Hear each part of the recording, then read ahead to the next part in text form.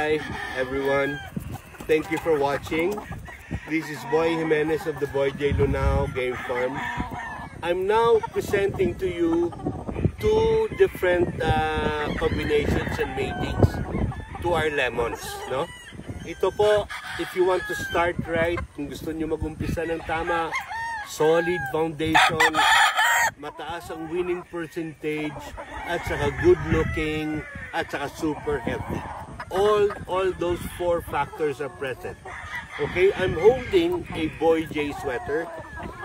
A Boy J sweater that is only 8 months old. Tingnan nyo yung kanyang mga balanse. Tingnan mo yung feathering.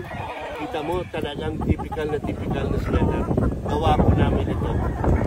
Aming sariling dating. So itong leg band number nito ng sweater is 1210. Ito po. Yan siya. Yes. 8 months old.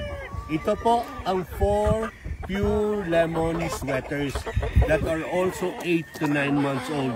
Carbon copy. Pareho lang sila lahat. Like a pea on a pod. They look the same. Genetically and phenotype is the same.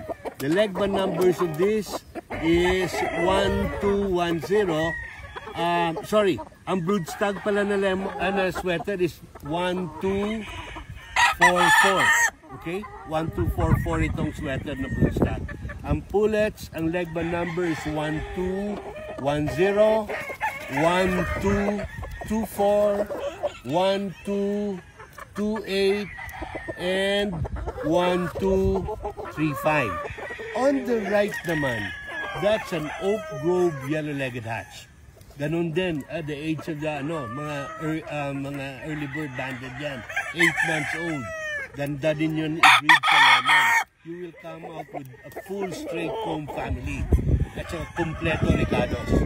You have the yellow-legged hatch and you have the pure lemon pullet. Perfect. The leg band number of the pure yellow-legged hatch is 1229. 1229 po. So, ito po yung recommendation ko sa mga beginners na gusto manigurado na hindi nagsasayang ng oras at pera. Mayroon na kayo, pagka palabas kayo nito ng 4 na pullets, nako, makaparami kayo kaagad in such a short period of time. That's the advantage of breeding quadro than a trio or a quinto. For this case, quinto. Mas mabilis kayo magparami. Salamat po. Hopefully, you will listen to my verbalization of the breeding. Kasi I really want to inform all of you what are the best matings from our farm.